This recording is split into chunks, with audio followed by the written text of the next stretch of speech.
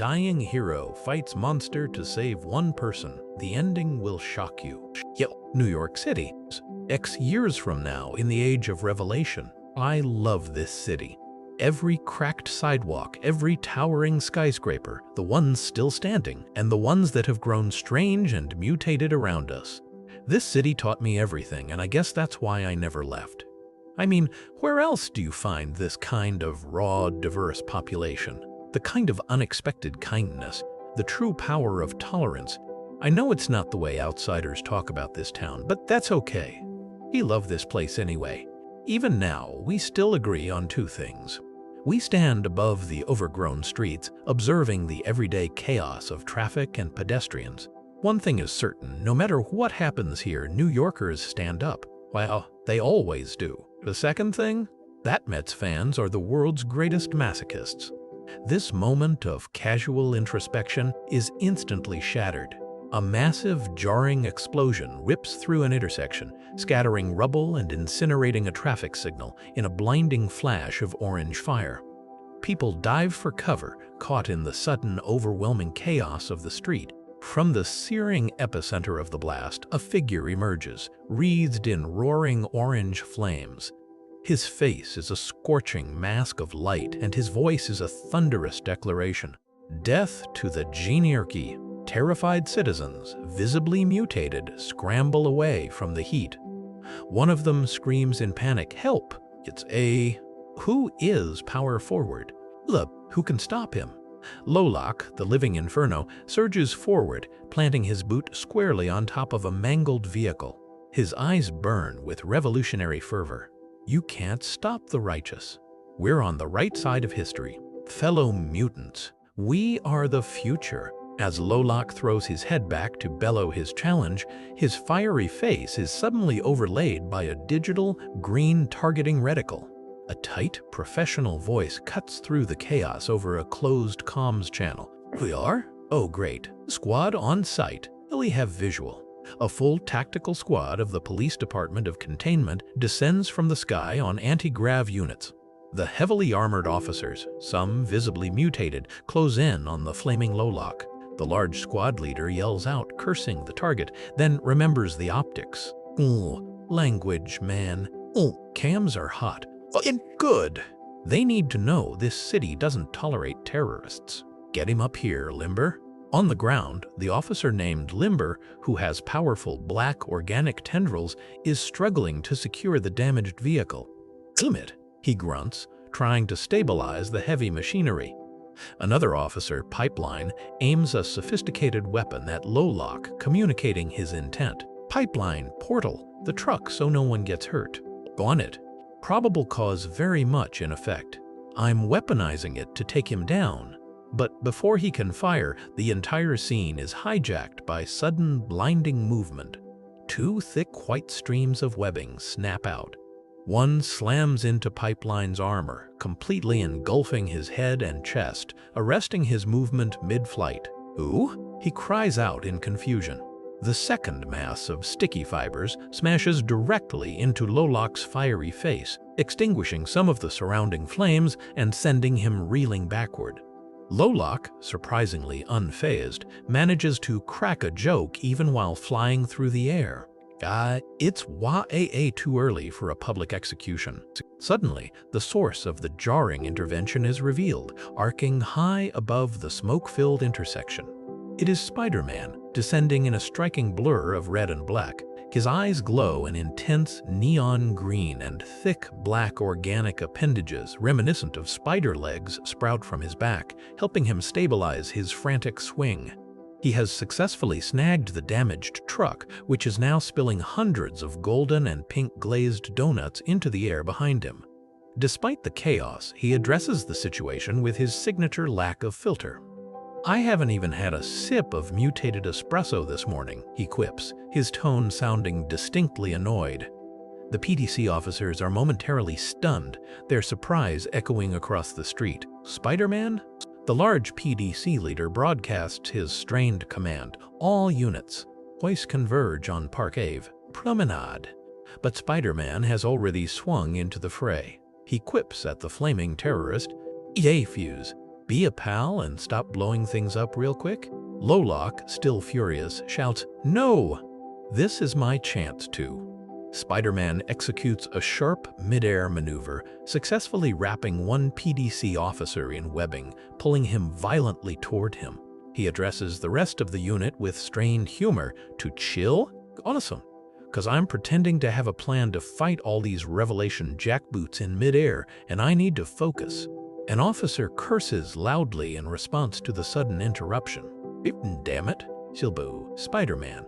Spidey yanks the web attached to Lolock, dragging the fiery mutant upwards at great speed, eliciting a choked, panicked cry, portal him into the stratosphere. As the first webbed PDC officer spirals toward the dense, overgrown trees below, Spider-Man throws a final remark at the authorities. Do you guys remember due process?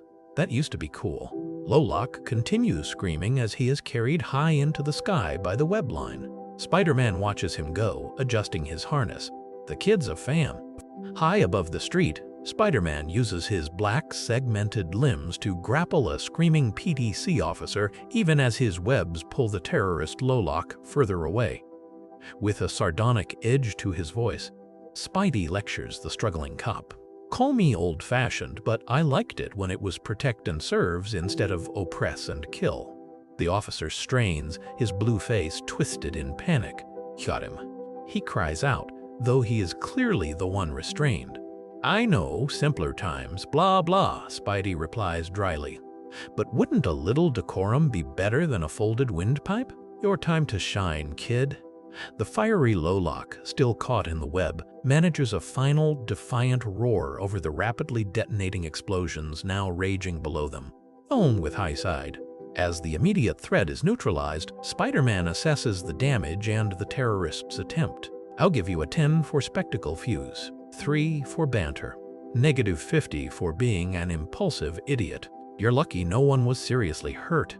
Later, in Lowtown, south of 14th Street, the immediate fire is out, but the air is still thick with tension. Inside a makeshift clinic, a woman in a lab coat, Dr. Reyes, stares down the fiery mutant. That was unbearably stupid, she states flatly. Fuse, who still burns with a faint orange glow, grumbles defensively. You said, like 10 times, stupid. Welvin, 11. You going to keep talking back? 'Cause I have an exceptional vocabulary of insults I haven't even cracked open. Reyes addresses the urgency of his unauthorized mission. We needed the meds. You said they were blocking shipments. Fuse hedges, slightly repentant. Yeah, Doc. Sorry. But Reyes holds up the antibiotics she secured. I did, and I appreciate that you reopened the supply lines. But I can always get more antibiotics. There's only one of you. Her voice is firm, but she softens momentarily before hardening her resolve. Next time you stage a raid, it's with partners, under cover of night, with my authority. Clear? Fuse tries to deflect the reprimand by bringing up a different figure. Dr. Reyes, why risk even being here if Spider-Man's not a mutant? Not one of us? Dr. Reyes looks away from him and toward the darkness, her expression sober. He is in all the ways that matter. After leaving the clinic, Dr. Reyes walks through what was once Greenwich Village. She reflects that she always liked this area. It embodied something different from the chaos of Times Square or the strict exclusivity of the fancy areas. Even after the year-long Manhattan Massacre, the reconstruction and the rise of Revelation's gene-based caste system, the village is somehow still alive. Of course, they don't call it the village anymore. New Yorkers excel at resilience, but also at giving dumb nicknames to neighborhoods. Highside enjoys the favor of Revelation, keeping all the resources for its population of pure mutants. Reyes descends into the subway, the darkness welcoming her. Lowtown is everything else. What? The good and the bad. It feels like home. As she waits, staring down the tunnel toward the light of the approaching train, a familiar, slightly anxious voice cuts into her solitude. Are you mad? Don't be mad. Peter Parker stands in the shower stall, pulling back the curtain just enough to speak to Dr. Reyes.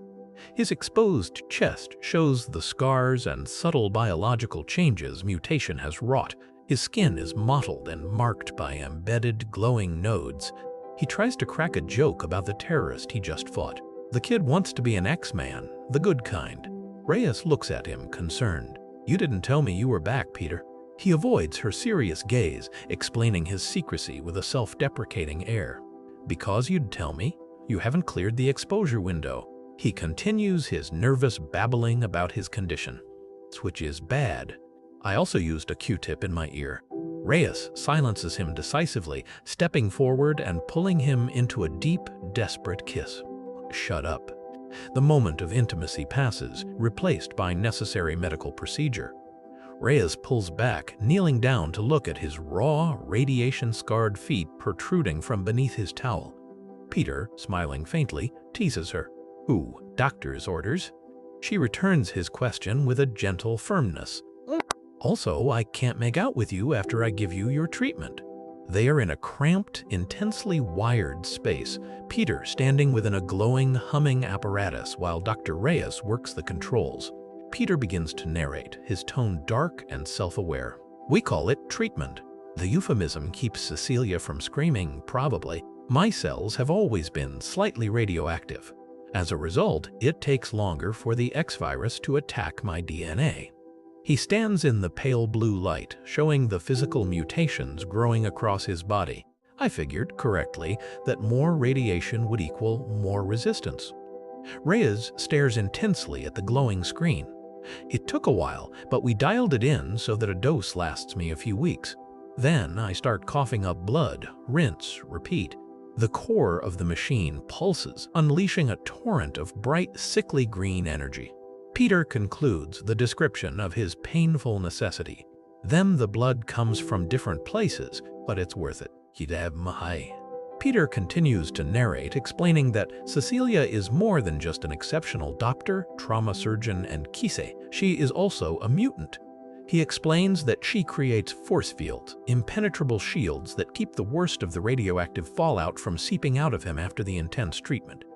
But even with the fields, he knows she feels the impacts, though she has never once complained. Peter is lying in her lap now, his face bruised and covered in fresh blood from the strain. He tries to smile and lighten the mood. "Do we know how to party, or what?" Cecilia asks, stroking his hair gently. Peter chuckles, blood bubbling around his mouth. "Never wanted to be a rock star. I wanted to be a professional wrestler." Cecilia manages a wry, sad smile. "It explains so much. The costume, the name. What's your hype music?" Peter doesn't miss a beat, even in this condition. The cheesiest possible hairband anthem. 90s rock slop. Crowd goes wild. Cecilia looks down at him, her eyes closing, a single tear escaping. Her voice is tight with unshed grief. "This is going to kill you." Peter's joking stops. His gaze is direct, unwavering, and utterly defiant. "Not today, it isn't." The intense intimacy of the moment is violently interrupted by a screaming, pulsing electronic alarm. Cecilia quickly pivots toward the monitors. "That's a new one. Is there a leak in the reactor?" Peter, still raw and bleeding from the treatment, struggles to lift himself. His voice is tight with pain. "You're not the reactor. Let me up, Cece." Cecilia's eyes widen, fixed on a different screen, her face now rigid with fear. "Oh my God." 5 biosigns just crossed the perimeter. "Clear. We've been so careful." "No, killer." Peter instantly understands. "The other lab?" Cecilia throws a worried glance at his mutilated, radiation-scorched back. "Absolutely not. Heater. We don't have time to talk about it." But Peter is already reaching for his suit, his mask clutched in his hand. He forces himself to stand, ignoring the pain. Cecilia quickly throws up a shimmering, amber wall of energy between him and the exit, trying to block his path. "You're too weak. Sleep it off, Pete, please." Peter pushes against the containment field, his bloodied face a mask of resolute misery. 5 biosigns, CC. How am I going to sleep knowing that? The location they seek is hidden within the skeletal ruins of the Manhattan Bridge, now a stark monument to the disaster. Smoke hangs heavy over the barbed wire, but a cold determination emanates from the figures moving inside. "This belongs to us," they declare. They have breached the defenses, finding the hidden laboratory entrance. They tried hiding the riches of our kin away amid the trash, but the marauders will not be denied. They stride through the entrance, clad in specialized armor. A black-armored figure comments, his voice dripping with contempt, thought we were bashing low-town garbage from before. The leader, wearing an orange and silver helmet, cuts him off, his voice measured and fanatic. "Oh, in time, brother. Over there, Mar. First, Sinister's delights await." He had a number of labs like this one hidden throughout the world. The historical value of this equipment for our movement cannot be overstated. We can't let Mr. Sinister's legacy rot down here under the purview of the impure. Inside the lab, the marauders quickly assess their bounty. The armored leader looks at his blue-skinned subordinate and gives the order, "Take what you can. Keep it intact." The blue mutant points toward one of the stasis pods embedded in the wall. "There's someone in that one." The leader, examining the pod's status indicators, replies with cold detachment. "The pod still has power. Doesn't that mean they're alive?" The blue mutant, eyes narrowed, challenges him. "Does a corpse frighten you?" Without answering, the leader swiftly fires a sizzling energy beam at an old piece of equipment, causing it to erupt in smoke. He then pulls a burning flare from his belt, casting an anxious light over the cavernous space. No one's been down here for 10 years. I don't think they'll be missed. But before they can proceed, a massive, bulky shape appears in the gloom of the corridor, its single large eye glowing an intense, ominous green. The leader turns to his team, readying for confrontation. "I'm only going to say this once, so open your ear holes wide." Spider-Man plunges from the darkness above, slamming a heavy, salvaged metal object onto the floor of the lab with a jarring impact.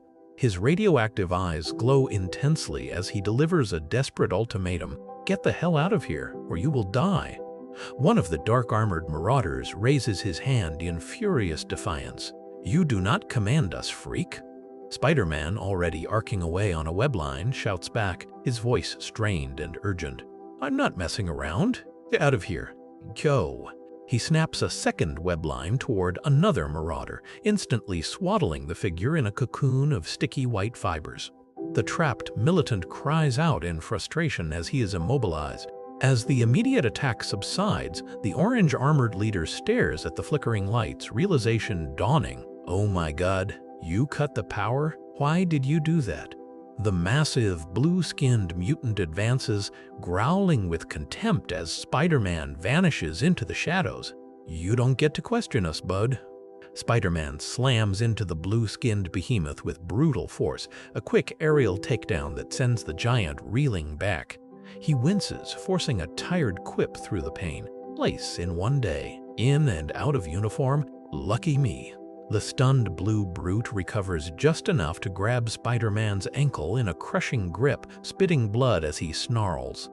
"I owe you, Lowlock dog." Spider-Man struggles, his voice tight with desperation. "I'm trying to save your life, moron." He leverages his agility, snapping his leg back to deliver a powerful, stunning kick to the mutant's head. The brute goes down with a heavy thud.